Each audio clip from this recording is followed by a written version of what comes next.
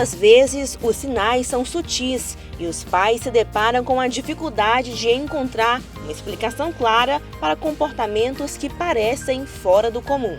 Mariana, mãe do Vitor, lembra com clareza dos primeiros sinais que notou no filho. Ele tinha 6 meses quando nós iniciamos o momento de pandemia que todo mundo teria que ficar dentro de casa. Mas com 1 ano e 2 meses eu detectei que ele falava poucas palavras, né? E com 1 ano e 6 meses eu comecei a detectar que a questão da socialização com outras crianças ele não existia. Já a Ágata, mãe do Bernardo, enfrentou desafios diferentes. Quando ele apresentava autoagressividade e ele ria, ele não respondia quando chamado. Quando fazia exames como de sangue, ele simplesmente deixava o braço e nem sentia dor alguma, não chorava, não se movia, achava tudo engraçado. Ouvir relatos como os de Mariana e Ágata, mães de crianças com autismo, se tornou algo comum, mas ao mesmo tempo profundamente comovente e revelador das falhas que ainda existem no processo do diagnóstico. O diagnóstico se dá através de observações comportamentais. Então, a criança, para ser diagnosticada com autismo, ela precisa ter atrasos na comunicação, déficit na comunicação social e apresentar movimentos restritos e estereotipados. As mães contam como reagiram diante do diagnóstico. O que eu disse para ele, com essas palavras, eu disse, doutor, eu quero que o Vitor seja independente. Então, eu não estava preocupada com o diagnóstico. Eu estava preocupada em realmente ele não depender de nós, para ele criar independência. Então, ele disse, se é isso que você deseja, Mariana, o Vitor vai ser independente. Mas isso depende de vocês. E, naquele momento, eu não tive medo, assim, angústia. Eu acredito que eu queria realmente que o meu filho pudesse caminhar sozinho.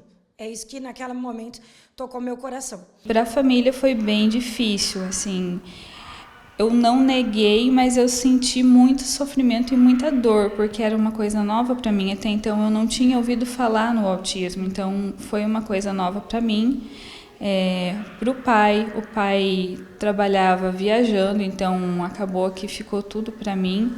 Foi um momento difícil, foi um momento desgastante. Muita correria com terapias, com tratamentos, com pesquisas para conseguir entender o que fazer, como agir, o que fazer diante das crises, que ele acabou tendo crises de agressividade.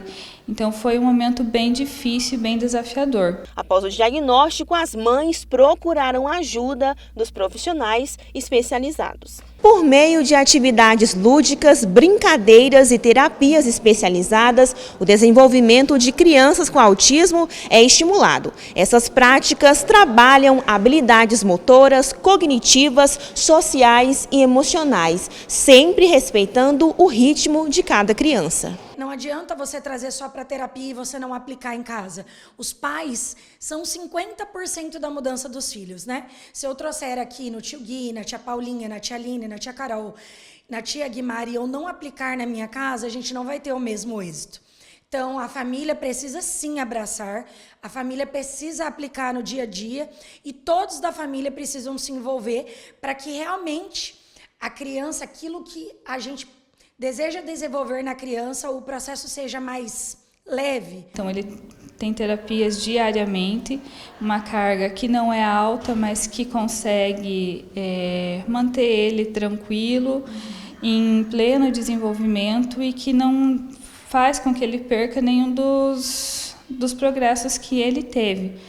Porque se a criança para a terapia, ela pode acabar regredindo. Então, ele já diminuiu a carga de terapias, mas ele não parou nenhuma delas.